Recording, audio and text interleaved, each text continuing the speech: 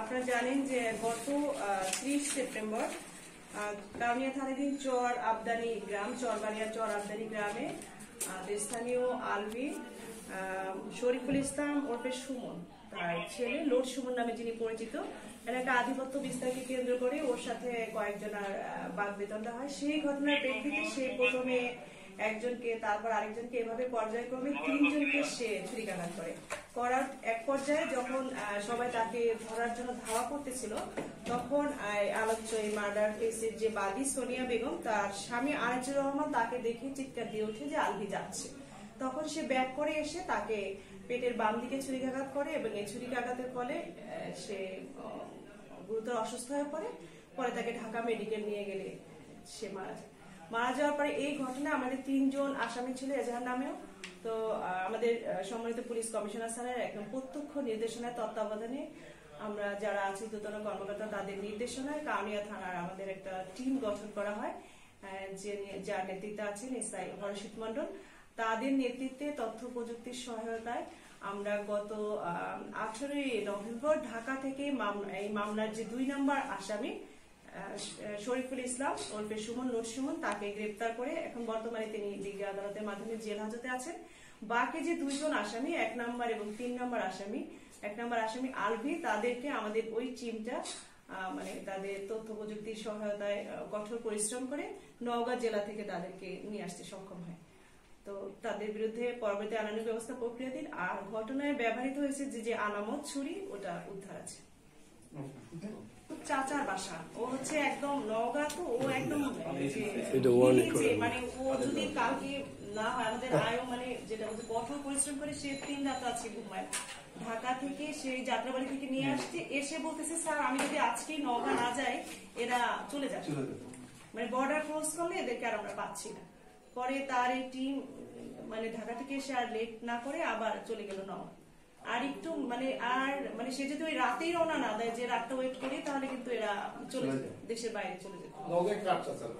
ওই আলভি 1 নম্বর আসামি, যে ওর চাচা থাকে ওইখানে, চাচা বিদেশ থাকে, চাচির বাসা, এটা বলবো। আর ওই স্বীকারোক্তিমূলক জবানবন্দি দিয়েছে, 3 জনই অ্যারেস্টেড, আলামত উদ্ধার। আর আসামি 1 নম্বর আসামি হচ্ছে স্বীকারোক্তিমূলক জবানবন্দি দিয়েছে। আলামতের মধ্যে কি আছে? আলামত হচ্ছে ছুরি, আর আছে যে তার ব্যবহৃত জামা কাপড় রক্তমাখা। তো মূল আলামত হচ্ছে যে রক্তমাখা ছুরিটা উদ্ধার করা হয়েছে, জব্দ আছে। ম্যাডাম, এই অভিযানটা কি শুধু আপনারা নিজেরাই চালিয়েছেন নাকি যৌথপূর্ণ তাদের সহযোগিতা নিয়েছেন? হ্যাঁ, অভিযানটা হচ্ছে অভিযানের সবকিছুতে আমরা, কিন্তু যেহেতু আমরা একটা খবর পেয়েছি যে তারা চলে যাবেন, তো আমরা ওখানে যে আমাদের র্যাব আছে, র্যাবের লোকজন আছে, আমরা সবকিছু দিয়েছি। তারা শুধু তাদেরকে অ্যারেস্ট করে রেখেছে, কারণ আমরা গিয়ে যদি এত দূর থেকে যাবো, মানে যদি এর মধ্যে চলে যায়, তা আমরা তাদের এইটুকু সহযোগিতা আমরা তাদের নিয়েছি। সহযোগিতা বলতে আমরা মানে তাদেরকে সবকিছু ইয়ে করে দিয়েছি, তারা তাদের মানে হ্যাঁ, কারণ আমরা এখান থেকে নওগাঁ যাবো, এর মধ্যে যদি তারা চলে যায়, যাতে মিস না হয়, আমরা তাদেরকে ইনফরমেশন দিয়েছি, তারা আমাদেরকে একটু সহায়তা করেছে। আরেকটু পুরো বিষয়টা একটু শর্ট করে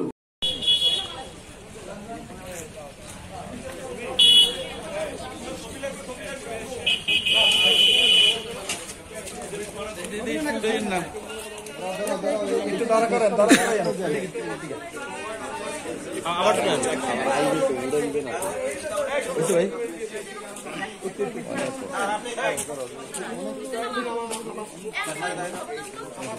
গেলাম কিন্তু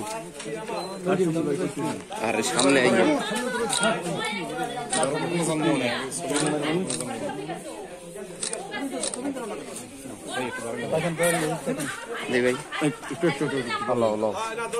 আপনাকে এদিকে ঘুরেন। হ্যাঁ, আমার ভাই ভিতরে চলছে। না না, তুই ডালই গেছো ভাই, আমার গাড়ি ডালই গেছো। তোর কয়েকদিন কোন নাম্বার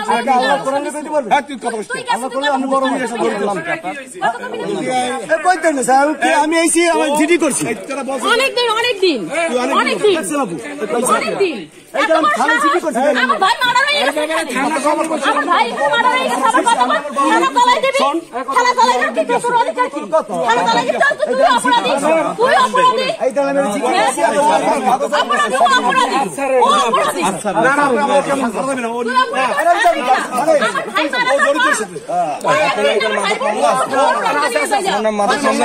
মামলা আছে অন্য মামলা আছে ও আমার মামলা আসামি না ও এই মামলা আসামির সাথে এর সাথে ব্যবসা করতো আমার ইয়ে ব্যবসা একসাথে একসাথে ব্যবসা করতে আসে বলতেছে যে থানা চালাই দিবি আমি তো সাহস আছে যে এগুলো মানে মিডিয়াতে নিয়ে একটা কথা বলছি ছেড়ে দে কবে ওর আপনি চিনি না ভাই আমি ভাবে তো আসামি এই মামলার আসামি কি এই সহযোগিতা ছিল এই সহযোগিতা ছিল সহযোগিতা হ্যাঁ অর্থের মামলা আছে কি না হ্যাঁ জানি না আমি বলছি না আমি এই সাথে কথা বলছি সেই লোককে আমার ধরা পড়ছে আর নাম্বার আপনি কেন বলছেন আর আপনারা আমার ভাবি চক্রদের সিওকে ভাবি আমি দেখছি আপনি ব্যবহার করছেন না না আমি মাওই দেখছি না না ভাবি আমি আমি বড় বলতে পারি কিন্তু সতল বড় আপনি কি করেন তো মানব বন্ধনও করছিলেন জি জি করতে পারবো আমি মামলা করেন নাই কেন মামলা করছে এই লোক জ্ঞান আইছে আমি মামলা করছি স্যার আমি তার বিরুদ্ধে মামলা করেন ওই লোকের কাছে দিছিল আগে নিছেন এই রকম একটা বিষয় শোনা গেছে প্রমাণ দিতে পারি আমরা মামলা করছি এই কথা বলছি এখানে গুজব ছড়ানো হয়েছে আমাদের কাছে প্রমাণ আছে না এই আমি আপনাদের কাছে বলি এখানে আমি রাসেল মেম্বারকে জড়িত দিনে মানববন্ধন কেন বলবো মানববন্ধন করছে ওখানে লোকেরা কিন্তু আমরা যখন আইয়া পুচ্ছি আমরা তো আসামি আমি হইলে ভগ্নিপতি যে মারা গেছে তার ভগ্নিপতি আমি তখন দেখলাম কি রাসেল দোষী না তখন তার দোষী নেই কিভাবে বললাম হ্যাঁ রাসেল আনিস জোহরের বোনের আমি তার ভগ্নিপতি এখন এই যে লোকটা এই লোকটা হইলে আমার সুমন্দির বাসায় আমার যে সালাবো ওখানে বসে এবার বড় একজন গ্যাং ভয় দেখাইতো এই লোক আর ওখানে আমার ভাই মারা যাওয়ার পর প্রায় 2 সপ্তাহ ভয় দেখাইছে বড় রান্দা নিয়ে যাইয়া তারপরে যে ওই যে মানকিটু পেয়েছে না মানকিটু করে তারপরে ওই লোকটা দেখছে আমার মা আর আমার ভাবি